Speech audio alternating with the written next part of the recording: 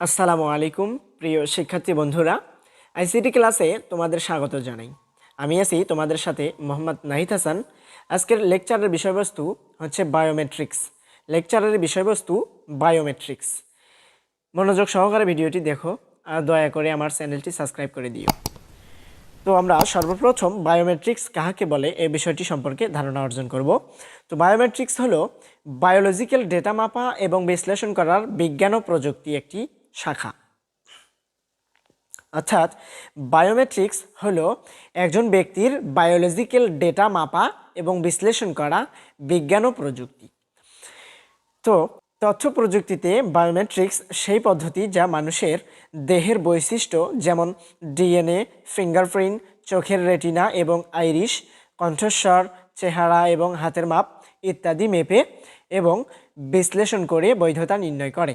অর্থাৎ একজন ব্যক্তির ডিএনএ, ফিঙ্গারপ্রিন্ট, চোখের রেটিনা ও আইরিশ, কণ্ঠস্বর, চেহারা ইত্যাদি অন্য একজন ব্যক্তির থেকে আলাদাভাবে শনাক্ত করে থাকে।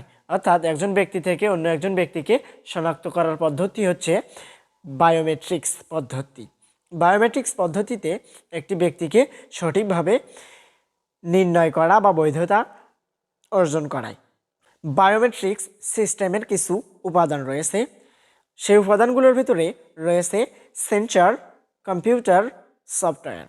বায়োমেট্রিক সিস্টেমের উপাদানগুলোর ভিতরে সর্বপ্রথম হচ্ছে সেন্সর। সেন্সর হচ্ছে অদ্বিতীয় যে কোনো বৈশিষ্ট্যকে শনাক্ত করার জন্য সেন্সর ব্যবহার করা হয়ে থাকে। অর্থাৎ বায়োমেট্রিক সিস্টেমের উপাদানের ভিতরে যে সেন্সর রয়েছে সেই সেন্সরের কাজ হচ্ছে অদ্বিতীয় কোনো বৈশিষ্ট্যকে শনাক্ত করার জন্য এটি ব্যবহার করা হয়।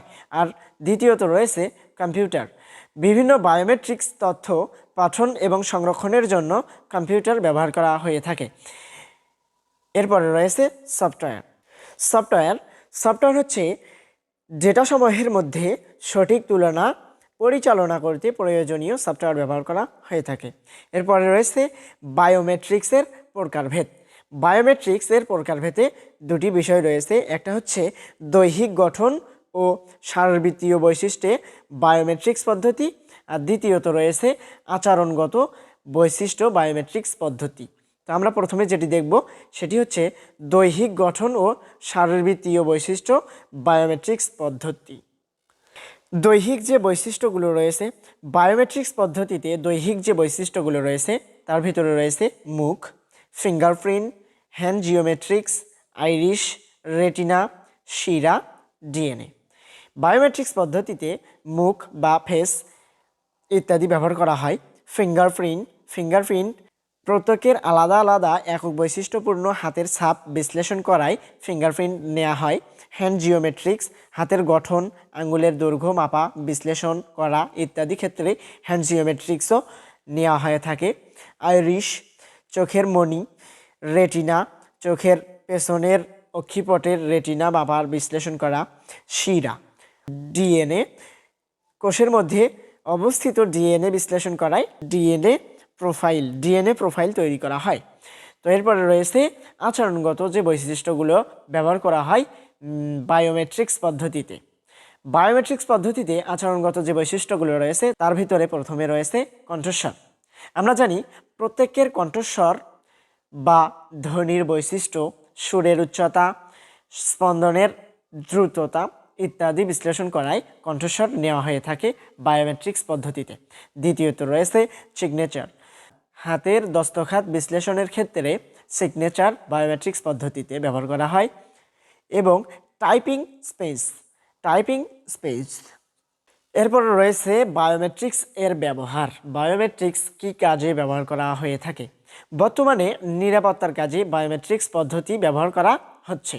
এই প্রযুক্তিতে সাধারণত দুই ধরনের কাজ ব্যবহার করা হয়ে থাকে।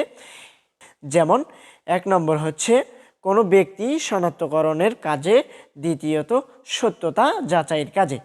কোনো ব্যক্তিকে শনাক্তকরণের কাজে বায়োমেট্রিক্স ব্যবহার করা হয় এবং কোনো ব্যক্তিকে সঠিকভাবে যাচাইয়ের কাজে বায়োমেট্রিক্স ব্যবহার করা হয়ে থাকে।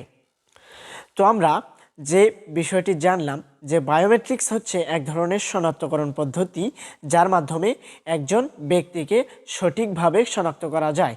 তো বায়োমেট্রিক্সের কিছু সুবিধা রয়েছে। তো এই সুবিধাগুলোর ভেতরে প্রথমে যেটি রয়েছে, প্রাথমিকভাবে খরচ বেশি হলেও সার্বিকভাবে খরচ কম হয়। বায়োমেট্রিক্স পদ্ধতিতে প্রাথমিকভাবে খরচ বেশি হয়, তবে সার্বিকভাবে খরচ কম হয়ে থাকে।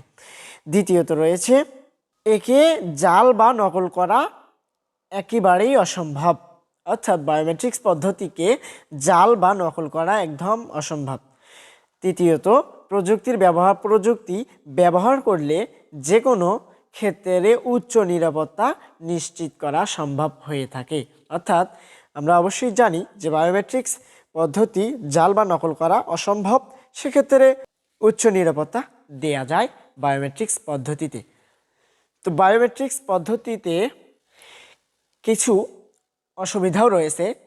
এর ভিতরে একটি অসুবিধা হচ্ছে, এটি পরিচালনার জন্য দক্ষ লোকের প্রয়োজন হয়। অর্থাৎ বায়োমেট্রিক্স পদ্ধতি পরিচালনা করার জন্য দক্ষ লোকের প্রয়োজন হয়ে থাকে। এরপরে যে বিষয়টি আমাদের না জানলেই নয়, সে বিষয়টি হচ্ছে ফেস রিকগনিশন। ফেস রিকগনিশন হচ্ছে, আমরা ফেস রিকগনিশনের সংজ্ঞা জানার চেষ্টা করি।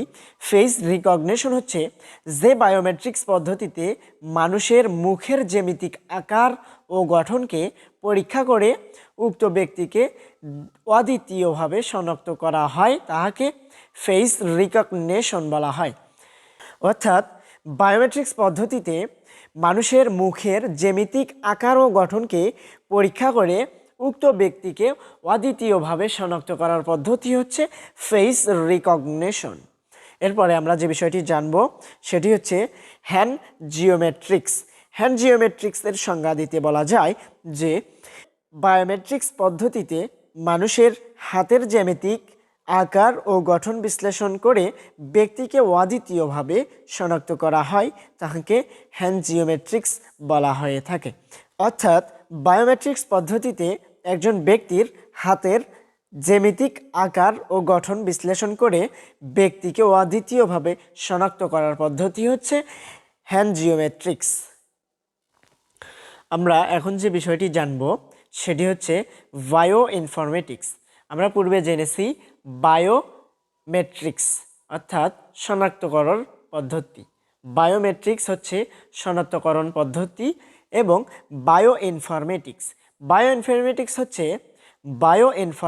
হচ্ছে জীববিজ্ঞানের সমস্যাগুলো যখন কম্পিউটার প্রযুক্তি কৌশল ব্যবহার করে সমাধান করা হয়, তখন সেটিকে বলা হয় বায়ো ইনফরমেটিক্স। জীববিজ্ঞানের সমস্যাগুলো যখন কম্পিউটার প্রযুক্তি কৌশল ব্যবহার করে সমাধান করা হয়, তখন তাহাকে বলা হয় বায়ো ইনফরমেটিক্স।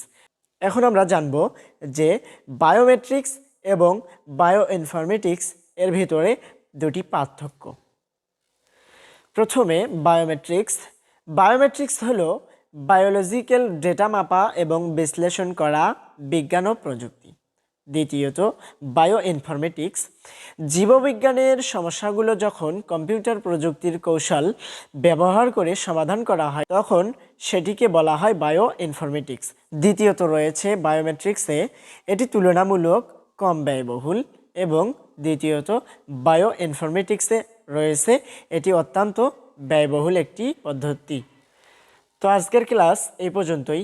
এই ভিডিওটি থেকে অল্প একটিও উপকৃত হয়ে থাকলে ভিডিওটিতে একটি লাইক এবং ভিডিও সম্পর্কে মন্তব্য করবে এবং আমার চ্যানেলটিকে সাবস্ক্রাইব করবে। ধন্যবাদ। আল্লাহ হাফেজ।